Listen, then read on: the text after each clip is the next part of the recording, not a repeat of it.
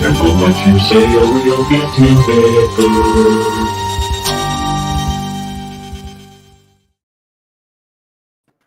What's up, everybody? Oh, it's Saturday night. Shit. I can't keep a straight face at the beginning of this talk. This is great. Tim's been drinking for a while. I have been. You have been. That's good, though. I like that. Good evening, everyone. We got Tiffany. Tim Vickers is in the house, too.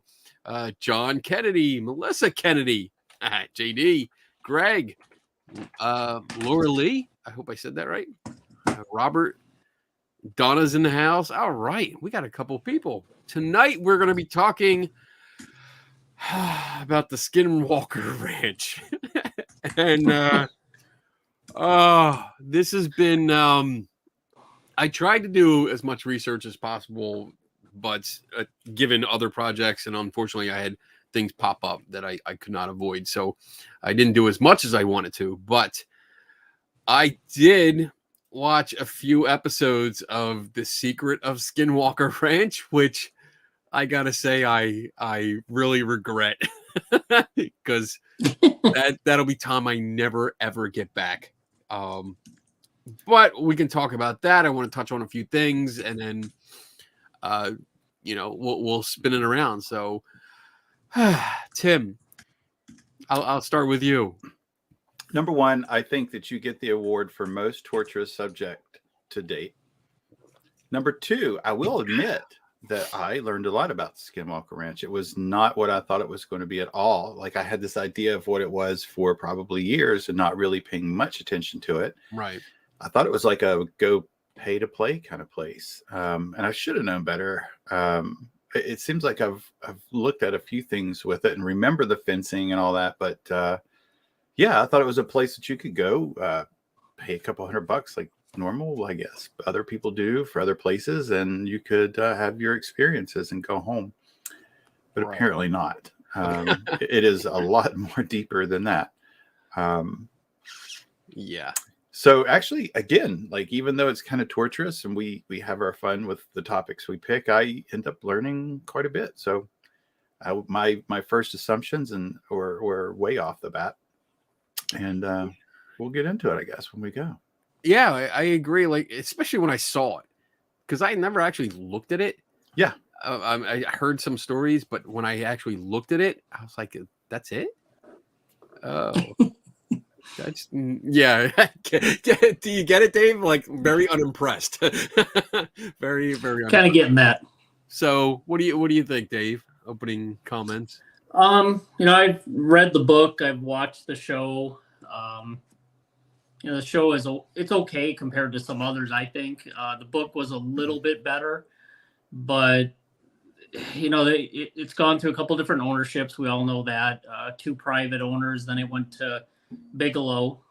He had it for, I think, about 10 years, and then it moved over to some other organization, and then the new billionaire real estate person that you see on the show every once in a while has it. Right. And he's pulled yet another team of supposed scientists. Well, I think only one of them's a real scientist. And they're trying to look into what's been going on there. But I mean, Bigelow put a lot of money. He put millions into forming the National Institute for Discovery Science. And that had a legitimate group of PhDs working with them. They had a veterinarian working with them. And they come right out in the book and admit they didn't get any data to support anything. They had experiences, but they just couldn't collect any data. So who knows? Seems like a lot of people report a lot of things going on out there. It's an interesting location. Jen and I know somebody who's been out there a few times. I think I told you guys to look out for a certain individual if you got that far into the show.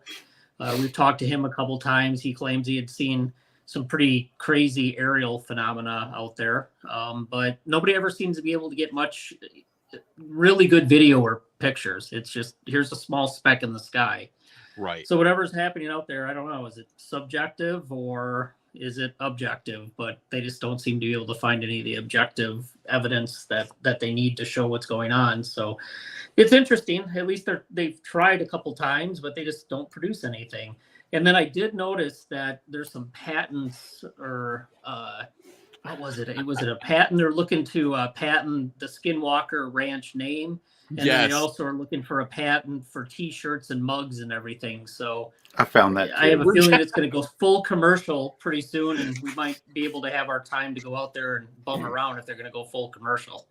If we're not banned. So I don't know. It was interesting. I've known about We'll it for be a banned. while, but I guess my mind's kind of not made up on this one. It's like, well, people report a lot of things, but a lot of natural stuff, but there's still other things that they can't explain. So we'll get into some of it. Right. So with that, I'm going to jump off and try to log in on my normal computer. I'll be back. Okay. All right, cool. Yeah, I mean, I agree. Like, if we're not banned for doing this stuff, and I'm joking around, but half serious. If we're not banned, like I would go.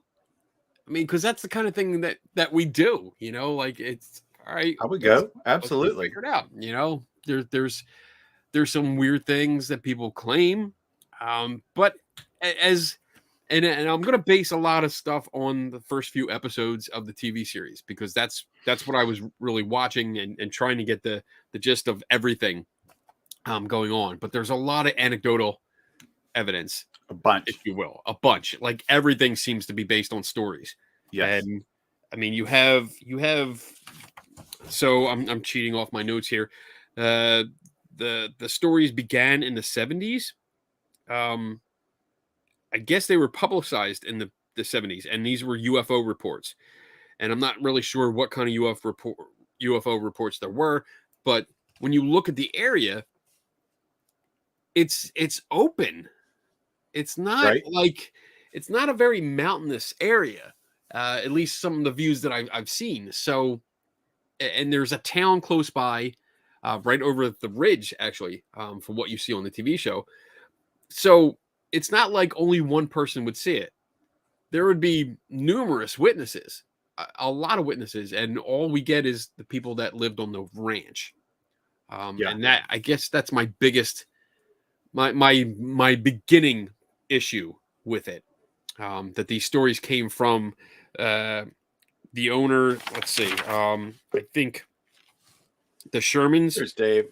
There's Dave. Let's bring him back on. He looks normal. Yes, I think that's better. Oh, that's much better. Nice hat. Of course. Very Now I can appropriate. see it. Had to Very wear it appropriate. tonight. So yeah, I mean, from the beginning, when you look at the overhead view of it and you look around, you're like, wow, there's a lot of, because it's weird. It's got this ridge, so that's at the north end of the property, and but before that, there's fields, and it looks like grazing fields. But when you go up on that ridge, beyond that, it almost looks desert-like. So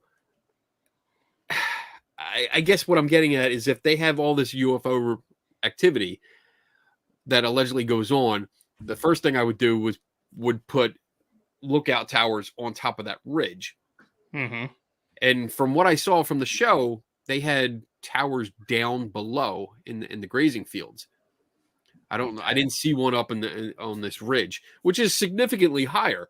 I mean, it's not like you can just, climb a ladder and peek over top of it. It was significant. I mean, even the scientists, which is probably, well, the scientists and the security guards, Dragon. I mean, even when they got up on the top, they were Reagan ass. So, yeah. So yeah, that's my beginning issues with this. That these stories started I didn't have time to look at the articles that were out in the 70s. I don't know if there was much to report because I don't know if it was actually reported until the 90s. Because it looks like the claims about the ranch were first appeared in 1996 in the Salt Lake City, Utah newspaper Desert News. So, I mean, you're talking 20 plus years later that the reports were actually published. So who knows what was happening? I don't know. In the movie, I watched The Hunt for the Skinwalker, which was a 2018 documentary film. I did not. I was going through my notes. I ended up just trying to handwrite them as I was watching television, hitting pause. But there was a quote, and I can't remember who it was. I can't remember if it was one of the scientists or if it was one of the reporters that was there with them. But when they were interviewing this gentleman by himself, he very distinctly made a statement saying there was a difference between what was going on in the 70s and what was happening in the 90s, that there was a change. He said in the 70s, you just didn't see any scary stuff down in the basin. In the 1990s, the scary stuff began. Poltergeist activity, now all kinds of activity at the ranch. Try not to be too pessimistic, but I kind of think it kind of goes along with the more stuff that goes on there, the more money and tourism we can bring. So Yes. For basically 20 some years, it was just a UFO. Hey, there's some really interesting, cool stuff here. Maybe legitimate. You know, I'm sure that I can't say maybe. I'm sure that people do see things. I'm sure that people do have experiences. But there again, he was just pointing out that for 20 some years in the 70s, when it started becoming, I guess, locally popularized as a UFO spot, that there was nothing ever scary. And then starting in the mid 90s, right around the Shermans took over. Yeah. Yeah, but when the Shermans bought it, didn't the Myers have something in the contract or the sale papers that said "do not dig"? I can't remember. You know, that's the first thing I'm going to do when you tell me don't dig on my new. I'm going to dig. I'm going to start digging. Yeah, and that's actually, I mean, that's a big theme throughout the show. As far as I've gotten, that you don't dig, right. So I mean that if what you're saying, Dave, if that was actually part of it, I mean, there's your origin for a legend. You know, why can't I dig? Just don't dig. Yeah, I mean, the only thing I could find on it is the Myers, who sold it to the Shermans. Real estate contract said no digging. That's all it said. That's a weird request to put into a real estate contract. Yeah, I mean, you have to dig to. Well, the lookout towers, they had to dig. Somewhat, Sure. they had to put their base down, the posts down in the ground, so they had to dig a little bit. But I don't. I'd like to know. I'm going to write that down because I want to know why. Honestly, my first thought with that is they have a lot of bodies buried and they didn't want to get caught. I mean, I know it's my day job coming in, but I would be like, yeah, you don't sell this to me and tell me not to dig in the backyard. There's some bones back there. Yeah, I'm gonna be like, you know what? Yeah, have a great day. Thanks. You know, everything's cool. We're gonna lock up. We're tired. We're gonna take a nap now. Yeah, see ya. Close the door. Go right out back. Get the shovel. Start digging. Cadaver dogs. Get the whole 9 yards. Yeah. I don't know. I wonder if it had something to do because I was trying to figure it out. And I thought, does it have something to do with what was the Indian reservation? The Utes? Yes. Okay. Yeah. Well, that Utes, and back in the, when we were moving west, all I could think of was two Utes. Yeah, the 2 Utes. What is a Ute? Ute. Oh, I'm sorry. I My apologize cousin to Vinny, everyone. always a classic reference. Yeah. But I think they tried to make the link between the Buffalo Soldiers, which were African American soldiers in the cavalry, way back, 1800s.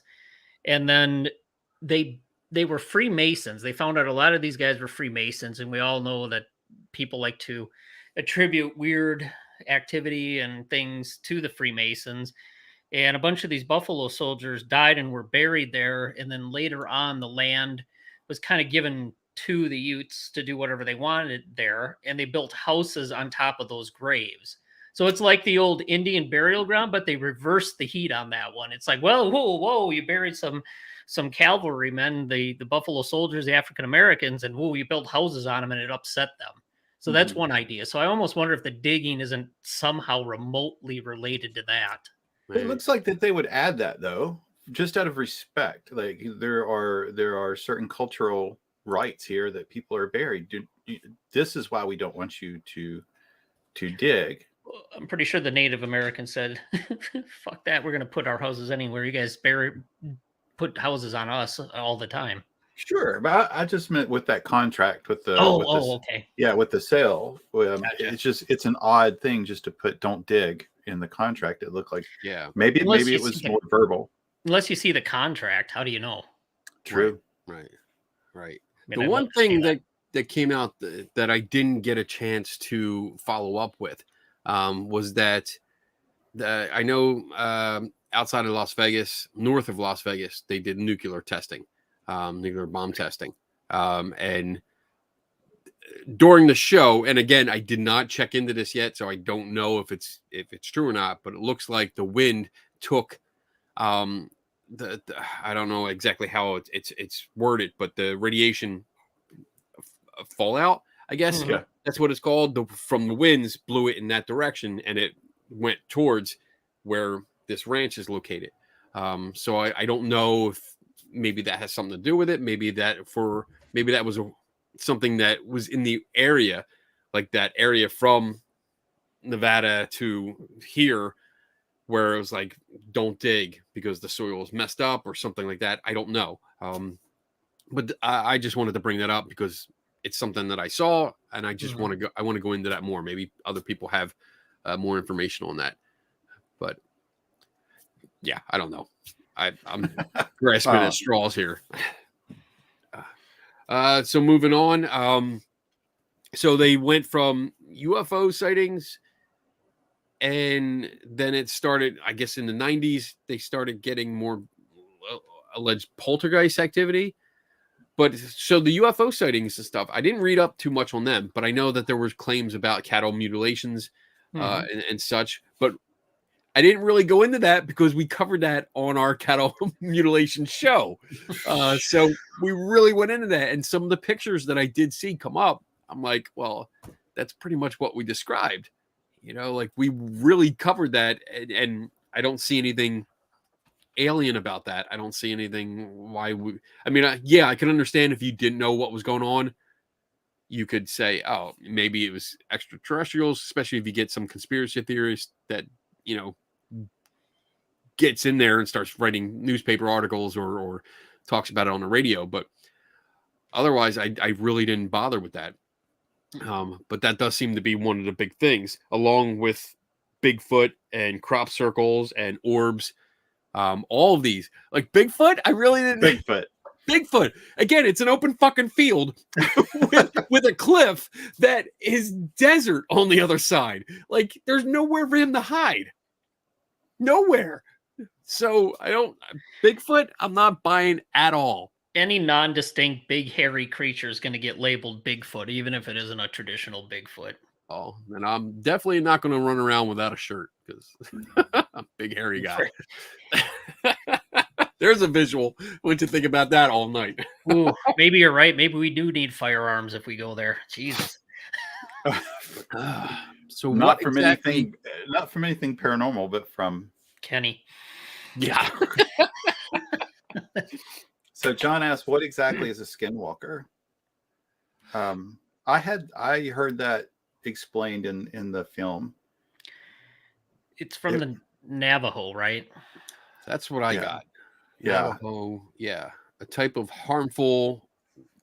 So this is Wikipedia. So I don't know how well this is, but type of harmful witch who has the ability to turn into, possess, or disguise themselves as an animal. The term is never used for healers.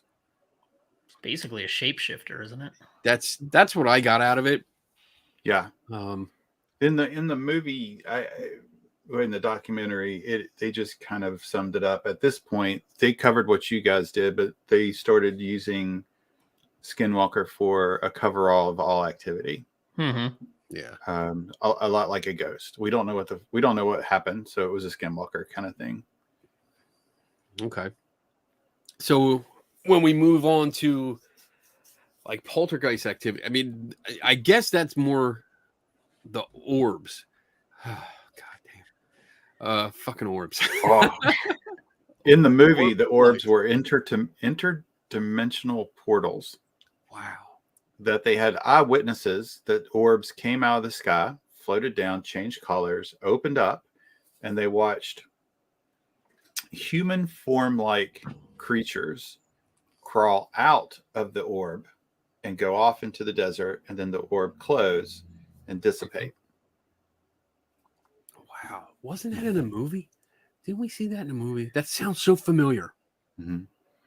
Now I kind of that's thought, what why I'm didn't you go after it? Like, why didn't you run? Why didn't you go up? Yeah. Like, even if you died, it would have been like the coolest death ever. How did he So- die? He was chasing an interdimensional demon. These orbs are supposed to be more like spaceships, I guess. Yes, or portals. Portal. At least that person was saying it was a portal. Maybe it was like a short range teleporter. Blue orb comes down. They beam down from the mothership, come out that. Hey, we're here. I saw stories about like lights, blue orbs, especially blue orbs going around, but smaller ones floating around.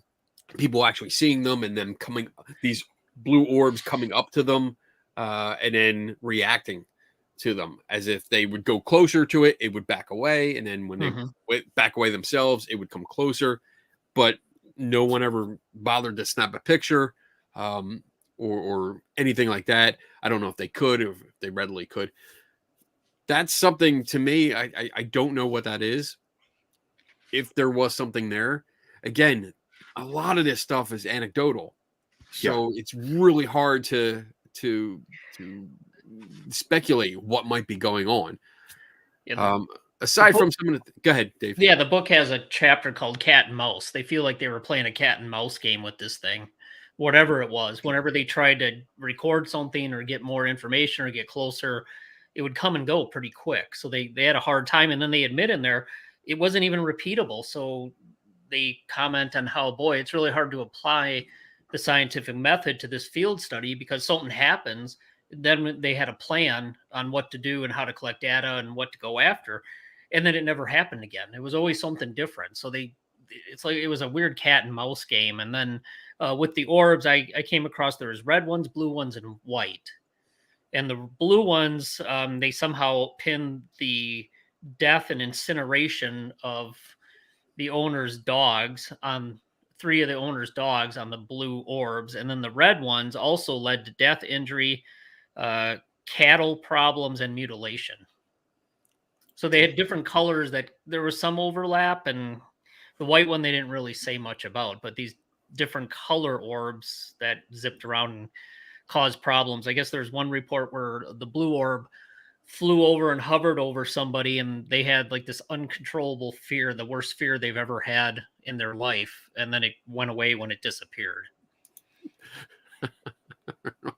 America. That was good. That was good. Very good, John. One more. What's the difference between a Skinwalker and a Wendigo? Wow. I do not know. That's a good question. Well, we're kind of funny. I was just with a group that for some reason this came up and we were making fun of it. We kept saying Winnebago the whole time. I know. I'm reading that. There's this Wendigo and the Winnebago, but I think it's a cryptozoological, mythological creature. And most of it's in First Nations centered in the Northeast. So another cryptozoological mythical creature. I saw a horror movie based on that. It was really good. Wendigo? How do you say it? Wendigo. Wendigo? Just go with Winnebago. It sounds better. Winnebago. That's probably offensive. We're probably pissing off somebody. Winnebago. I'm trying. I'm working. Feelings of greed, hunger, desire to cannibalize other humans, as well as the propensity to commit murder in those that fall under its influence. Malevolent spirit that sometimes depicts as a creature with human-like characteristics, and it can possess human beings. Okay, so it's a similar type of creature, I guess, except it's got subtle differences. I don't see anything about animal, like turning into an animal here on that one, the Winnebago one. So I'm blaming you. When people start sending me hate mail, Dave, I'm going to tell them it's your fault. You taught me how to pronounce it. So yeah, I mean, oh wow. These creatures, I mean, they're creatures of legend or mythology, as far as I know. But again, no pictures, no video. Like, this stuff is reported there over and over again. I guess maybe there's a spiritual nature to this where they can't be, they can't be filmed, which kind of sucks. But yeah, I don't know. I don't know what that one. So moving on, we got orbs. We got Bigfoot sightings. Is this tied to Indian folklore? Most likely, because there is a what do you call it? Reservation? Is that? Mm-hmm. Yeah, right. That borders this ranch. When you look, and I think it's the one to the north, right? I believe it's to the north of the property. Mm-hmm. And these, go ahead. The Utes, they had reported, supposedly through oral tradition, passing things down. That's how they mainly do it. But decades of reports of strange happenings in that area. So, part of Indian folklore. I don't know if you would consider that Indian folklore. Yeah, I guess, because the Native Americans themselves were transferring that history and those experiences through the oral tradition.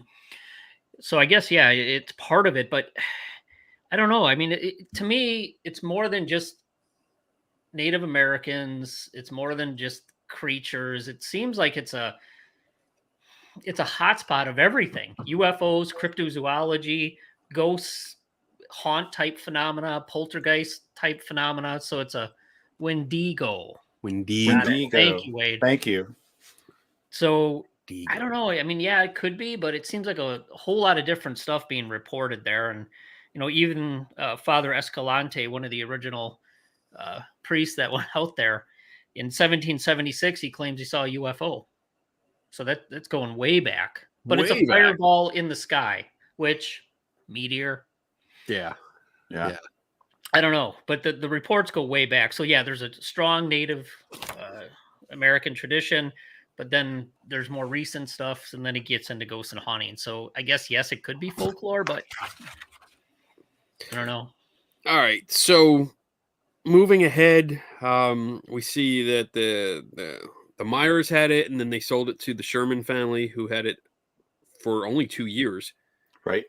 And then they sold it to Robert Bigelow. But I think the stories really got popularized with the Sherman family. Is that correct? Right? I think, yeah. So Robert Bigelow purchased it. Yeah, that's where the wolf started. The wolf story. Okay. He purchased it for $200,000. Got his team in there, the National Institute for Discovery Science, which you touched on, Dave, about with this team coming in but not finding data to support some of these claims or all of these claims. And then we have, let's say, that lasted for 10 years. So we had it for a decade approximately. And then turned that investment into, he sold it to Brandon Frugal, who is the guy on the TV series, who honestly I don't like. I just don't like him at all. It's almost like this is, and I'll change my mind if he wants to fund us, but I'm kidding. I'm not going to sell out. He just looks Well, like let's hold off for the how many zeros. Okay. He really looks like a overly rich person that just is like, well, whatever I say is law.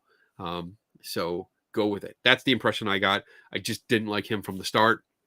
And I'm it's bad because that first impression, I'm really trying to put it aside as I watch the series, but the series just sucks so fucking bad that I cannot help but still hate everyone on the show.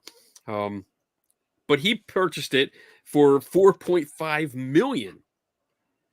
Nice turnaround in 2 years. Yeah, that's not bad. I mean, I always say, and my friends say, we all say, like, we're in the wrong business. If we were just a little dishonest and we could pump up some stories and sell properties or sell gadgets and stuff like that, we'd make a lot of money.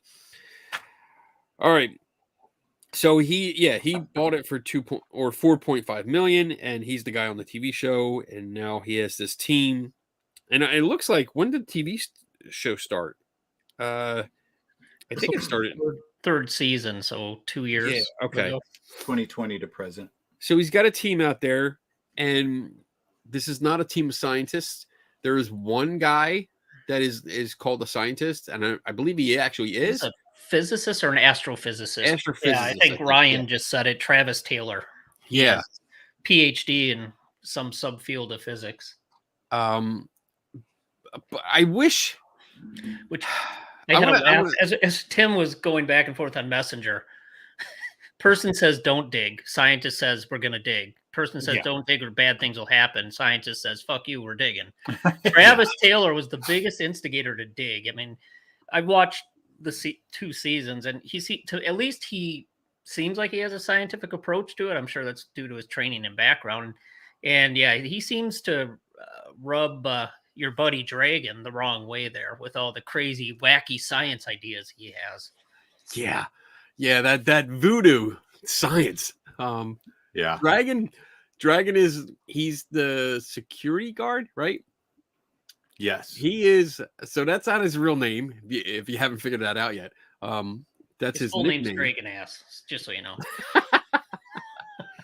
I don't get him, and we were discussing this before the show, and especially Tim brought it up about when the scientist guy actually shows up. He lands in the helicopter, and this isn't the first episode. He lands in the helicopter on the helipad that they have there. Yep. And then here comes the 2 security guards out with fully armed, like sidearms, and one has a shotgun, one has a, what is that, like an AK or AR-15, yeah. Strapped on, full gear. It's like jackasses. You knew he was coming. Like, this was not a terrorist attack. This was not somebody just hopping the fence and running and screaming like, "Oh, I'm on the land." No. So yeah, you knew he was coming. Yeah, if you know he's coming, yeah. How many? What you got? Billionaires flocking in there trying to land to take over the property. Right. That's what they're trying to protect it against. So Carol said Taylor is an aerospace engineer. My dad was one, not physics, not astrophysics, not scientist. Well, he has a PhD, so I'm going to argue with you that he probably has a scientific background at some level. You don't get a PhD without doing any science at all. Yeah. Yeah, I mean, I want to look him up and just see what his background is. But I and again, like, I'm going off of this show a lot because that's what I was really reading or watching. And it's basically a what do I want to call it? Like a mid-country version of The Curse of Oak Island. And I'm sure I'm going to hear my wife scream about it soon because she loves that show. But yeah, damn, dude. Yeah, I looked him up. He's got his degrees are from Auburn University, the University of Alabama, Huntsville, where he has a master's degree in 94, a PhD in 99, another master's of engineering, I think, in 2001 and another PhD in 2012. Oh. He has a doctorate in optical science and engineering, a master's degree in physics, a master's degree in aerospace engineering, a master's degree in astronomy, and a bachelor's degree in electrical engineering. So he's a pretty smart guy. So I stand by my, he is a scientist. Yeah. Yeah. He's Damn. way more of a scientist than I am. Yeah. Yeah, That's damn good. So he's got some qualifications, and I'm not messing with him. I don't like, and I want to make this this clear that it's a TV show that I've been watching. It's a TV show that's edited, not Yes. by the people involved. Well, the scientist for one. I mean, I really hope he has no input, because it really kind of makes him look dumb. And that's my opinion. I'm not saying he is dumb, but it makes him look dumb, because there's a lot of shots where they're holding a TriField meter and they're saying things. They're cut and pasting lines. I don't even know if they're said in the right order, because there's a lot of cuts where they're going to close-ups, which are obviously not matched to what was going on at the time. I've had that happen too when back in the day when we'd go out with film crews or this project we did in Door County, Wisconsin. And when they edited it later with the B-roll, it was wrong. I was describing a TriField natural meter and they had the normal TriField EMF meter. And I'm just like, oh, it's so bad. Yeah. So bad. It's really bad. I mean, it's some of the shit that they were doing. And we can get into it a little bit. If nothing is going on there, why did Bigelow buy it and not publish all the tests they performed? So, Tim, you want to take a crack at that one? Since you watched so much of the awesome show. Well, I watched the movie. They basically didn't cover much of him, other than there was a reporter, Terry Knapp, was that his name? George Knapp. Thank you. I don't know. He kind of covered that himself.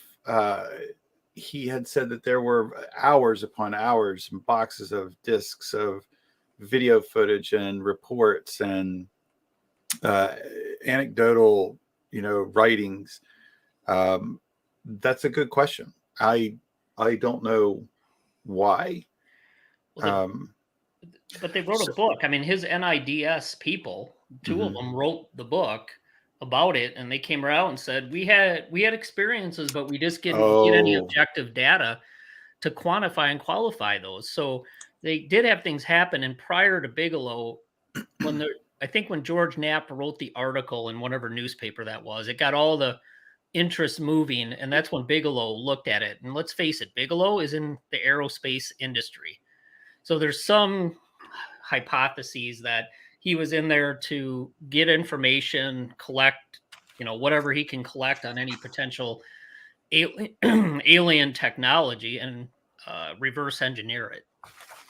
Yeah, this was the point in our discussion in Messenger where I was like, I feel like I'm missing something. So far into the TV show, which I didn't get far into, but the documentary, was they covered so much collection of information, how they did it, the cameras that were put up, the thermal cameras, seismic recorders. And I felt like they keep like hanging this out here. And at some point you would get this is what we found, but nothing ever happened. And I had mentioned that, and Dave thankfully took me off my anxiety attack and said, yeah, well, in the actual book, they said we don't have anything. I think we lost Dave. Yeah, but that's a good picture of him right there. I need to screenshot that. He looks like he saw something terrible. Oh, he's got to. Oh shit! We got to take him. Remove that and then bring him in here and see. He's going. Oh no. Yeah. Oh no, he's having problems. It's Skinwalker Ranch. It's Skinwalker. I'm glad I'm happy it's fucking with him instead of me. Yeah. I don't know, Dave. It doesn't look like that's working either. Try again. Let me pop him out here up and see if I'll wait and see if he pops in like full picture, because he's not coming up. Oh, no, he's gone. So I think that's probably why he handed it off to me. I just didn't catch the throw. I felt very I don't know. I kept waiting for it, and there was nothing delivered that they had anything. And we kind of laughed at that. Welcome back, Dave. Welcome back, buddy. Robert Bigelow doesn't like me talking badly of him, I guess. No, we're having a hellacious thunderstorm, so I think our internet's a little sketchy at the moment. No worries. I mean, my skeptical attitude is coming out, and feel free to give me shit for it. But I would say that if all this stuff was not released, it's probably because it lines up with what I think, Dave, what you said in the book, that they just didn't have the data to back it up. So there is nothing to release. Yeah. Or maybe it's all negative results. And if you have negative results, you should still publish that. Absolutely. They published it. It says we didn't find anything. There you go. Yeah. Good for them. So why would, I mean, no journal, it's sad, but I think journals should take negative data and reports as well as positive, but they typically don't. Yeah. They look for something that has some meat to it and something that's going to show a result. So it's not surprising there's no publications. I mean, they did admit they didn't find anything. I mean, there's no big hidden controversy. Right. Or the fact is, if they did find something, and if you're in the aerospace industry, and let's say you did find some alien wreckage or some technology, you sure as shit ain't going to tell anybody about that, because you're going to try to make that into something useful and make another $1 billion off the military. But again, even that idea drives me crazy, because when you I'm going to show you, I'm going to put this up. Hold on a second. Let me see here. Let me get this up and share it. So here's the map of it. And we're looking at it. Here's the ridge. Mm-hmm. So you have your fields here, your grass fields here, and then this ridge is probably, I would estimate, and this is just a guesstimate at best, maybe like 100, 150, 200 feet high, maybe even more. It was a good walk, a good hike up there. And then this is all just desert kind of stuff up here. But it's all flat and it's irregular. It's not like it's this big chunk of land. It's very irregular with roads around it. What would crash there that not other people would see? That's what bothers me, I guess. Unless he was trying to capture one of them, or just, I don't know. Right. I don't think there was ever any reports of anything crashing. And I mean, from the map here, so we're gonna overview this is Google Maps. So yeah, there we go. So this is the same ridge here. Yep. So your property would be here about. Ignore the UFO Valley campground on the side there. But I mean, here's there's residences here. There's residences here. There's this entire town. I mean, it's not like a town that we think. It's spread out, but there's residents and there's other businesses here. So right here, if you guys can see it, that's Skinwalker Ranch. This is where I believe the helipad is and the main base is. And then they have like another, one of the lookout towers is over here. But when they're looking at these lights in the sky over the ridge, they're looking this way, over this ridge towards these houses. And the campground. I mean, there's a fucking campground here that capitalizes off the UFO sightings. Oh shit, we lost Dave again. Thunderstorm. Oh boy. Thunderstorm. Skinwalker. He's got a backup. Look at him quickly jumping back in. 3 strikes and I'm out, guys. Freaking annoying. But I also want to point out, here is let me get this right. Ute Tribe Center or Senior Center. This is all the Indian reservation lands around it. So there's a lot to go here. I don't know where else to go with this. It's just there's a lot of possibilities for these UFO sightings. And then even during the TV series that I was watching, they, oh my God, there's planes in the sky.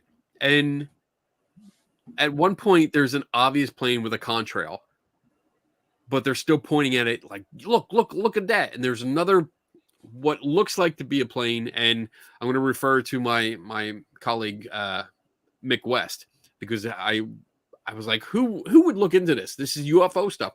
Fuck, Mick West. Let me look. And he does a big spread about it.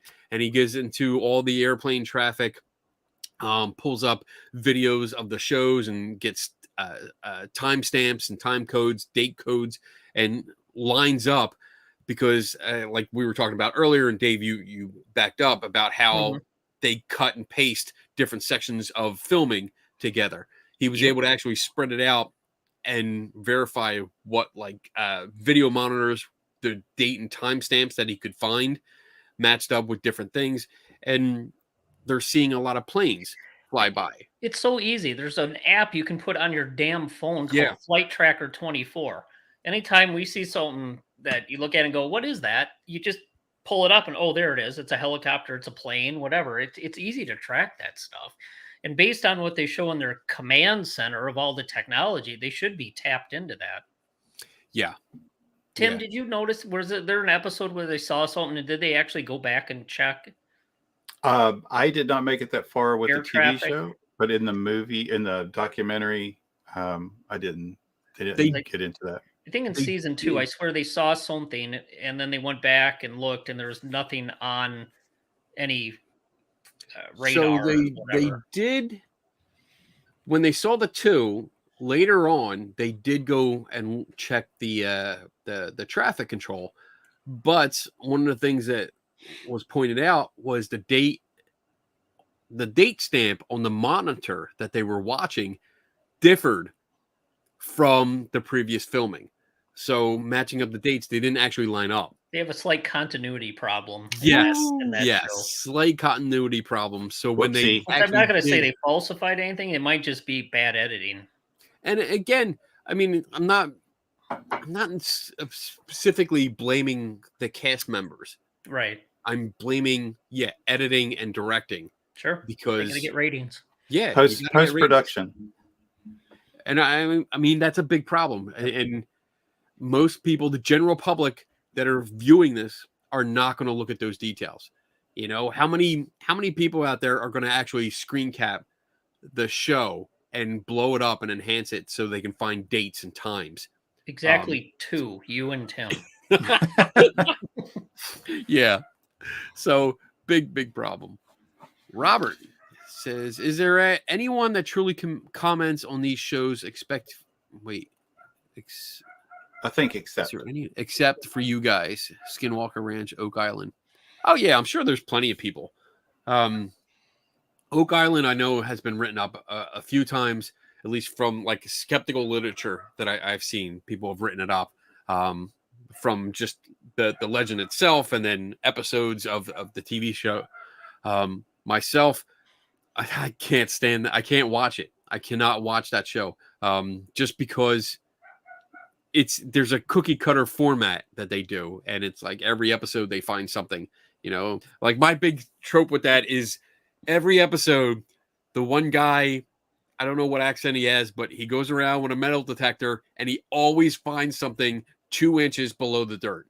Like it's every episode. I'm like, if it's hundreds or thousands of years old, I don't think it's 2 inches below. You know, you can't just reach down and, oh, here it is. Look at this. No. Right. I have a big problem with that. So, but yeah, there's other people that comment on it. What do you guys think? Oh, absolutely. I don't know if they comment on it like we comment on it. You're probably like, oh, it's so cool. So awesome. Yeah, I when I Googled it just to begin looking for general information, other podcasts came up about it. I didn't go into it, but they were there. Right. All right. So we're at 50 minutes. Let's go through some of these questions and then I've been pulling them up. Are there any sightings made by people outside the ranch area. It seems like that Yes. would be the case. Yes. Yes.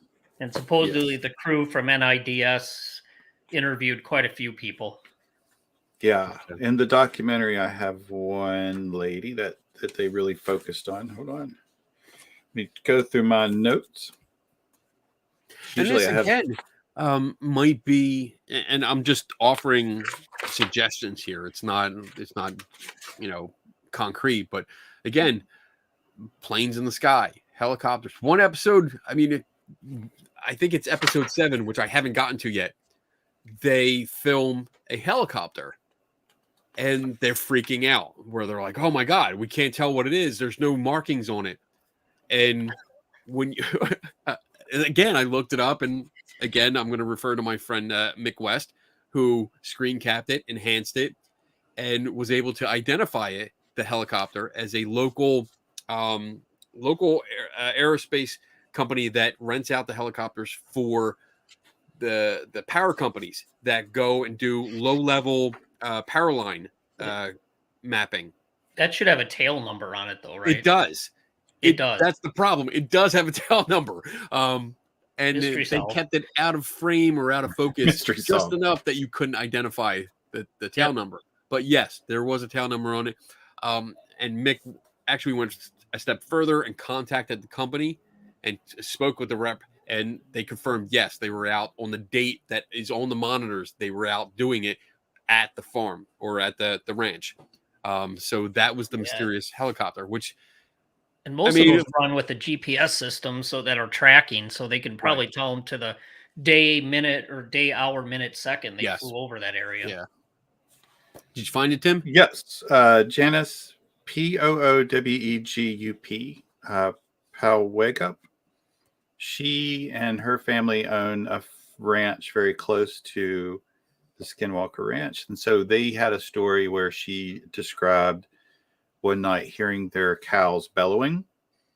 And they tried to go out, look for them, couldn't find them. Eventually decided to go back, get into the truck and get a spotlight and try shining it through the the border between the trees and the fields. And at some point got somewhere while they were looking, and got out of the truck to start looking, and a bright light had came directly down from on top of them. She stayed in the truck when the light happened, but I don't know if it was her husband or a friend or a partner was actually outside of the truck. And she described it as being so bright. It was very hard to see, very warm on her skin.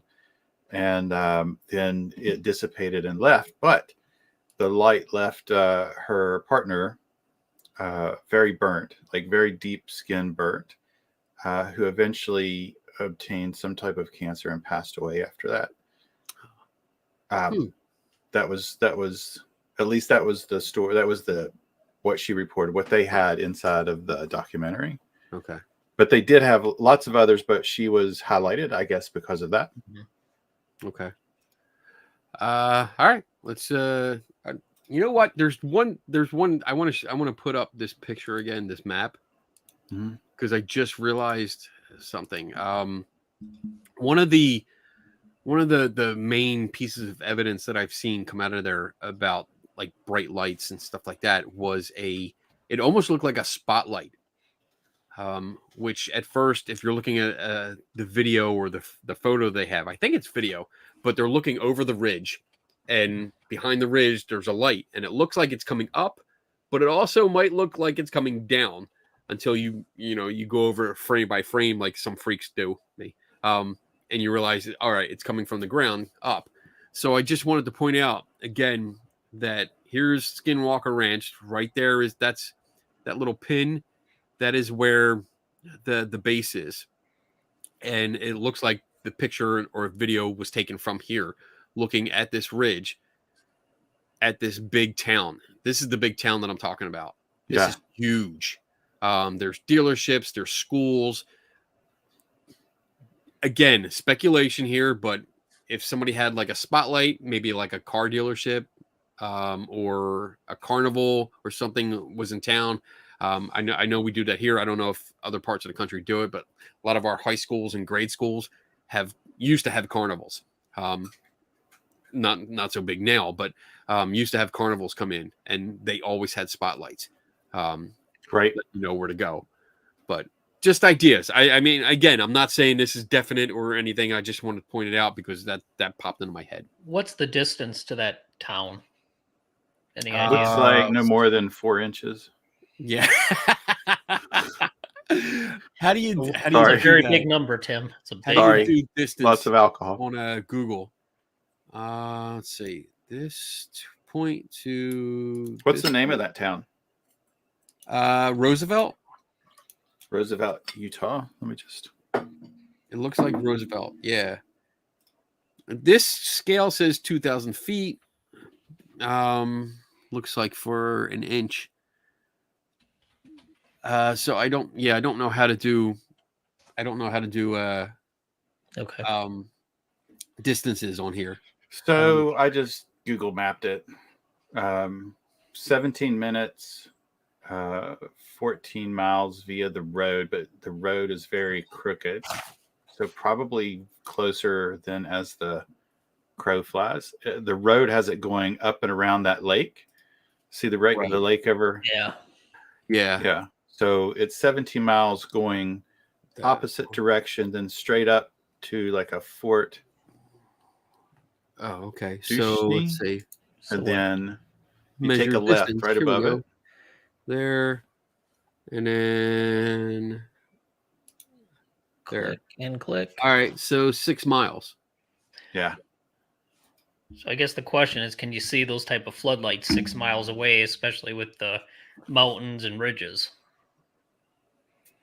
Well, I think that's the thing. Like except for this ridge, which is not, I wouldn't consider it a mountain. It's a small ridge.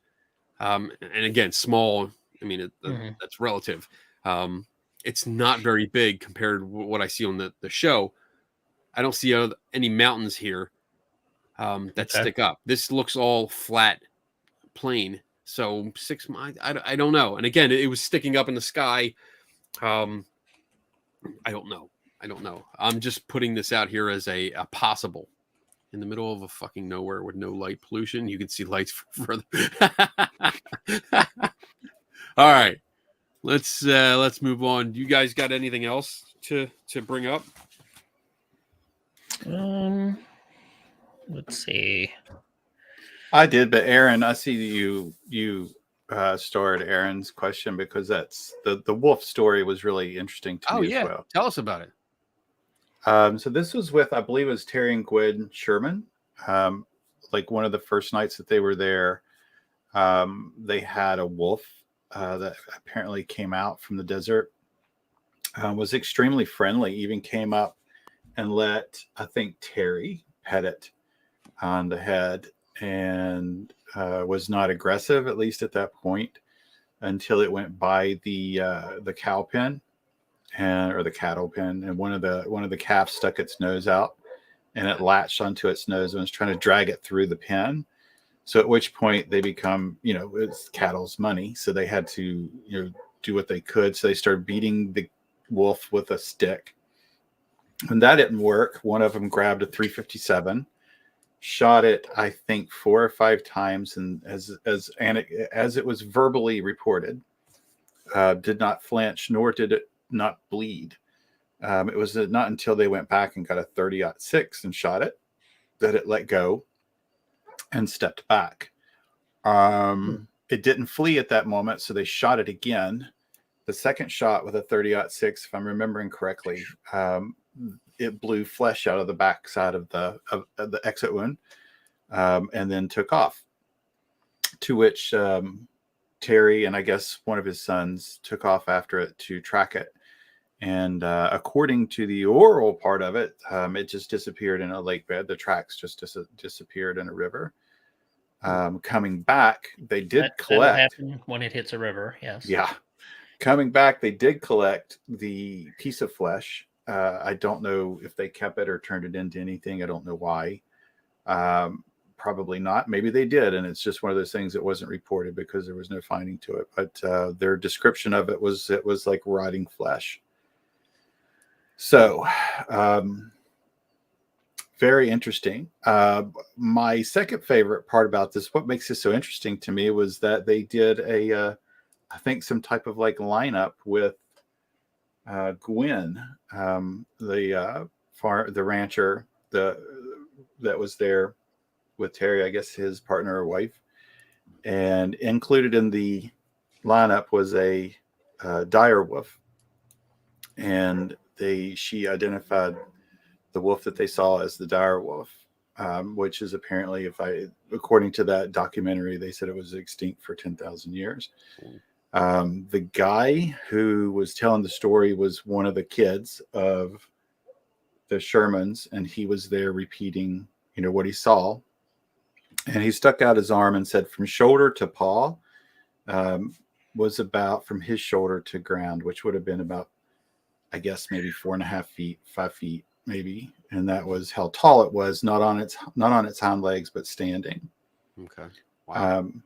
So there's like a lot of problems with that. I was telling Dave, like, I wish that they would have recorded and seen. I wanted to know I wanted to see the audio and the video of how they presented a lineup to her. That's important.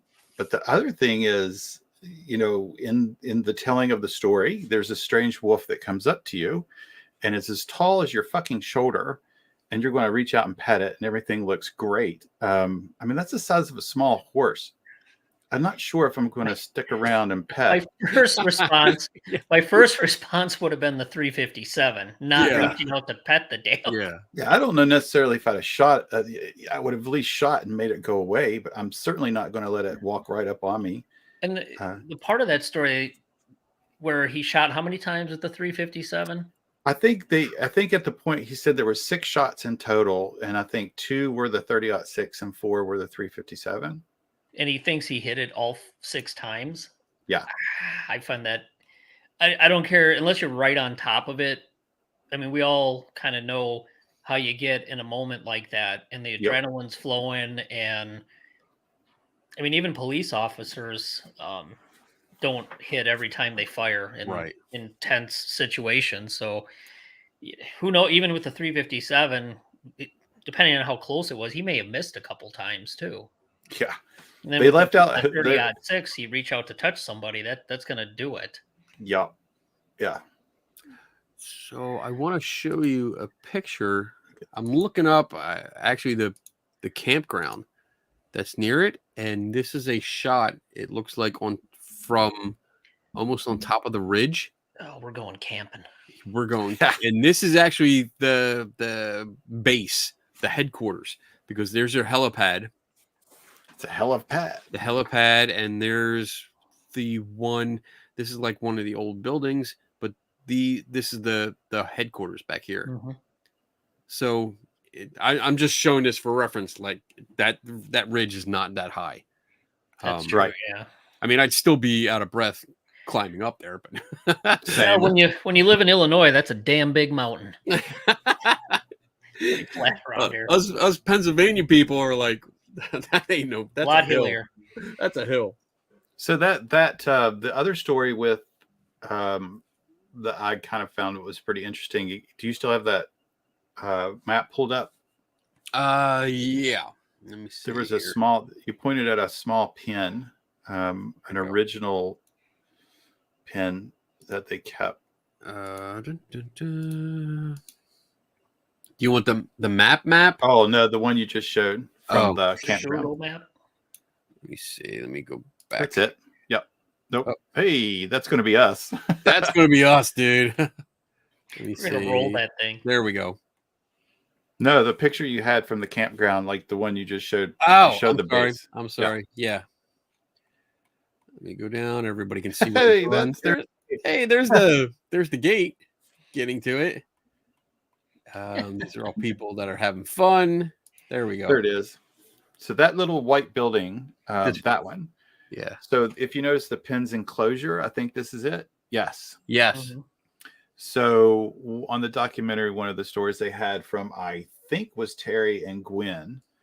was they had 4 bulls brought in for stud, and they kept them there. Very expensive bulls, like $2,000 to $4,000 a piece that they were on the hook for if something happened.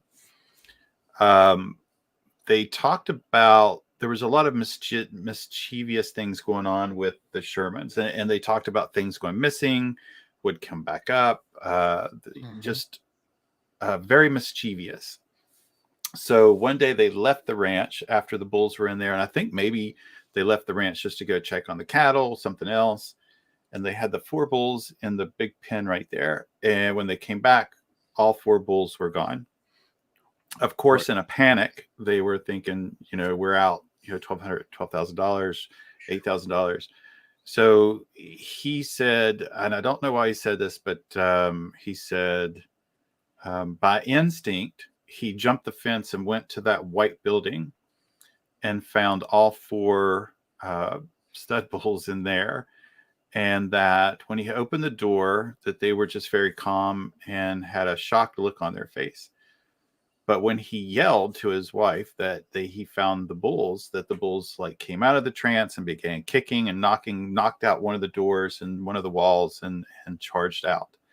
There's a picture of the bulls after that incident that he took, and he said the bulls were still pissed off, and it kind of looked like it. But yeah, so somehow 4 bulls got in that very little tight space, and Right. I don't know about all that, but it was another interesting story.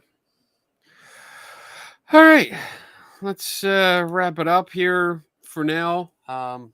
This might be something we can come back and revisit in the future. But closing thoughts.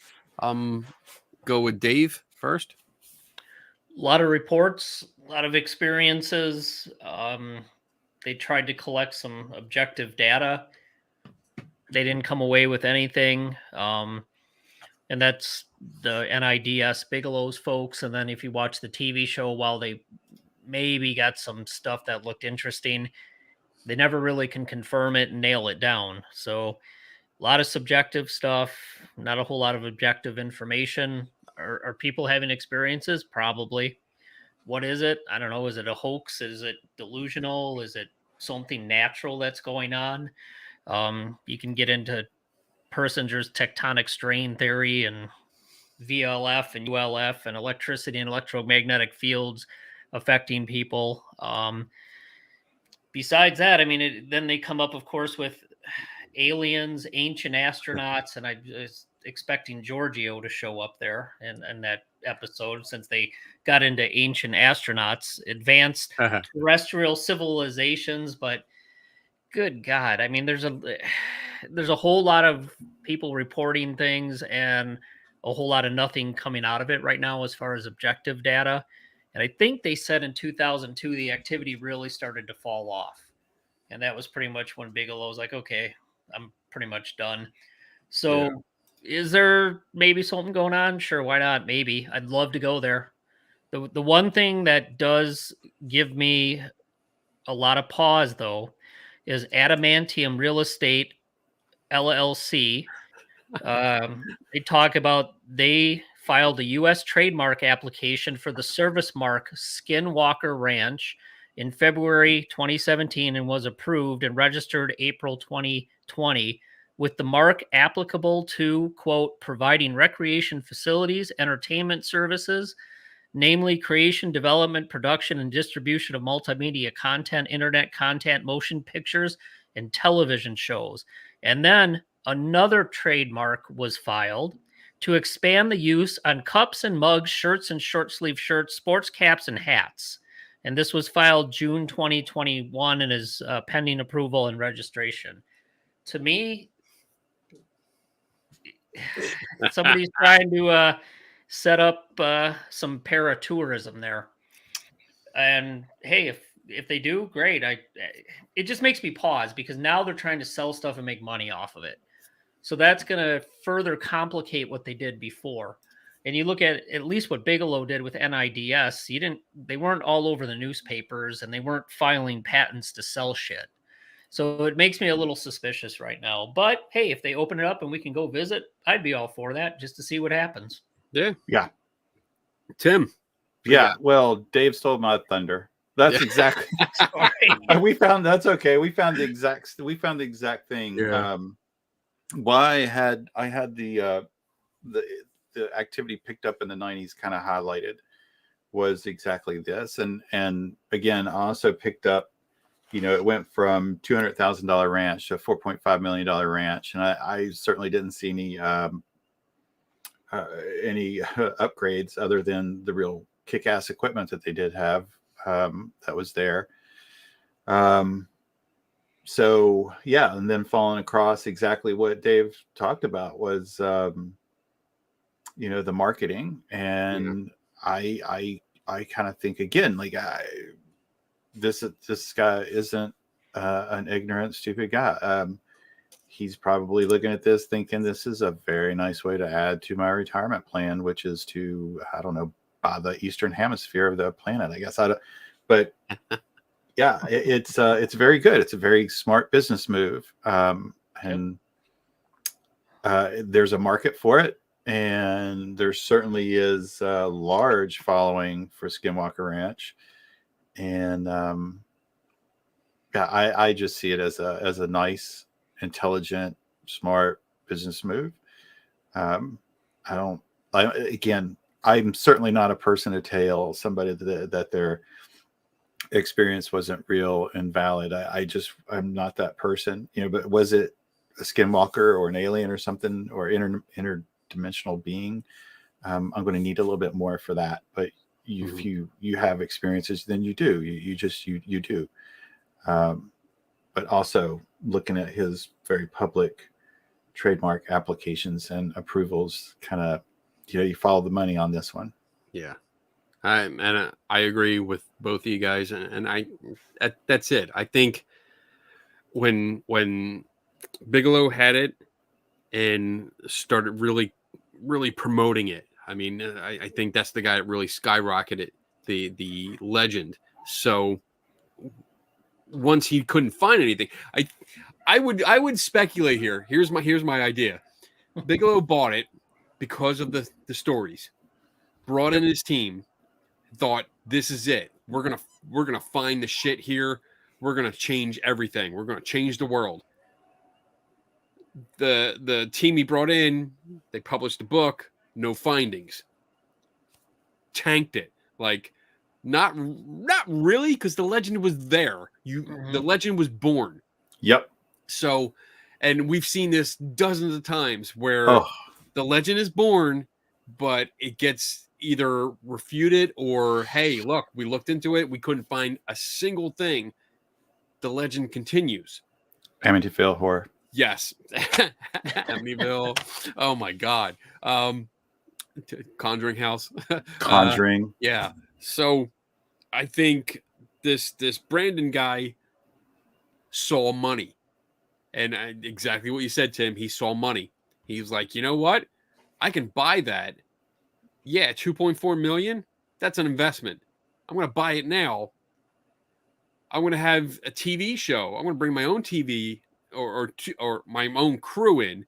I'm going to have a TV show done on this. That's going to explode it. And I mean, if it's in the third season, yeah, he's doing good. He's getting it out there. I mean, just the filing for the application the year after he purchased it tells you, like, all right, this was his plan. Yeah. This was his plan. He was going to market this, and he's going to make money off of this. There's just, I mean, look, the three of us, I mean, we talked about it. There's really not much I think we can put to it, like supernatural wise or whatever. But even we would go. Yeah. Just to see it. Oh, hell yeah. Hell yeah. So yeah, we're gonna pay to go see it.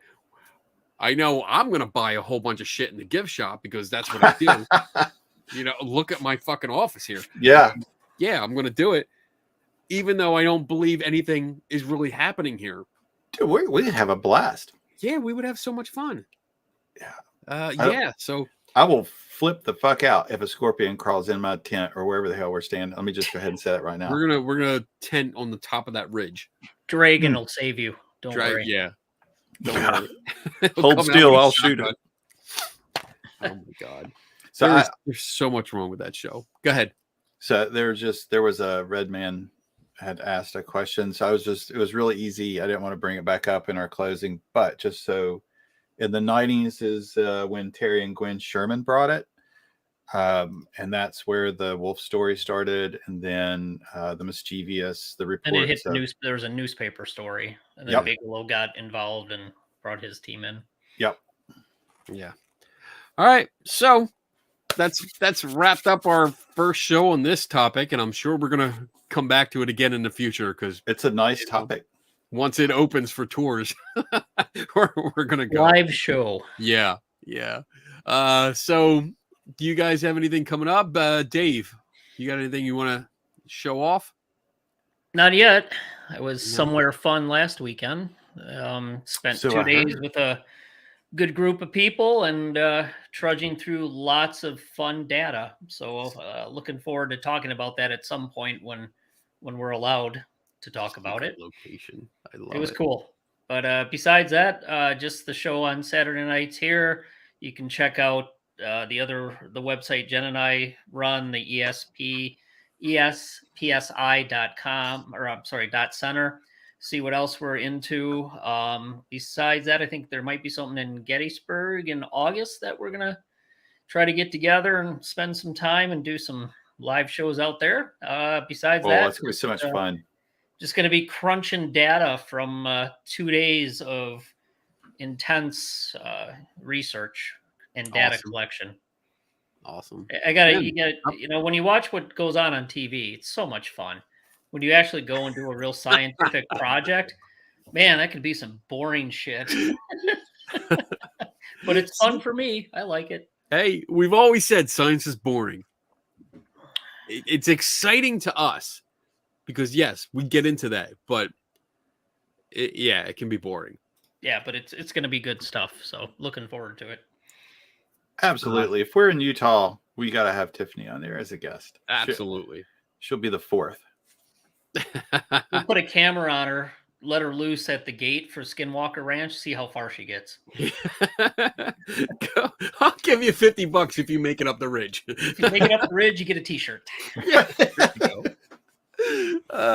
And it's Tim, you got anything? Ridge, and all I got was a stupid t-shirt. I will totally make that. Tim, you got anything coming up? Just hanging out with two wild and crazy guys every Saturday, bitching at being tortured with some of this stuff it's so much fun. Like every time we start into this, I'm like, oh God, we really named the show just right. Shit. Like watching it. Other than that, no, nothing else coming up. I plan on being in Gettysburg with you guys this August. I really look forward to that. I really hope a lot of people come and I get to meet a lot of people, and I really met a lot. And over the course of social media, I think I've made some really good friends. So I'd really enjoy seeing and meeting everybody. Awesome. And for me, yes, Friday nights, I do a show called the Skeptical Help Bar, 8 p.m. Eastern. Come on, hang out. I drink, and because that's what I do. And we talk skepticism, science, different topics and guests and stuff like that. Saturday nights, I do this show with these guys, and we have a good time. The behind the scenes is almost as much fun as actually doing the show. I still think we just take screenshots of all of our conversations and just go through and read them like a read through of a script for a TV show. Oh my goodness. And if you're interested in what we've been talking about, Gettysburg, it's the Gettysburg Battlefield Bash. It is August 19th to 21st, and in Gettysburg, Pennsylvania. If you're in the area, if you have the means to come out, please come out because we will be there. We have a booth that we can sit up at, and we'll be doing live shows, and we'll be hanging out and partying and, seeing who we can piss off because, it's going to happen. But come on out and see us. Yeah. I can't go to bed early, apparently. Oh my goodness. Yes. No, you cannot. Yes. Neither of you can. When you're the head of security, you need to be at the level Dragon is to protect people. Yeah, Tim. You call me Dragon. Give me a rifle. I'm gonna call you Puff. If Very fitting. that's probably going to be more accurate if it's legal in Pennsylvania.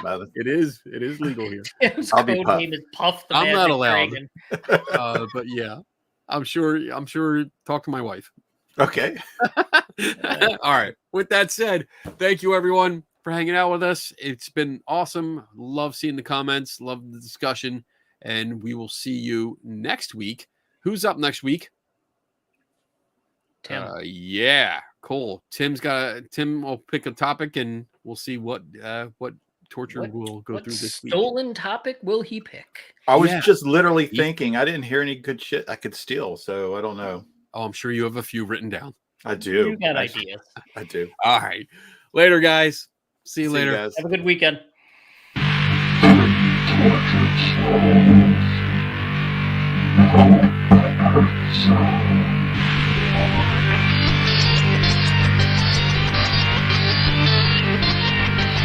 Torture.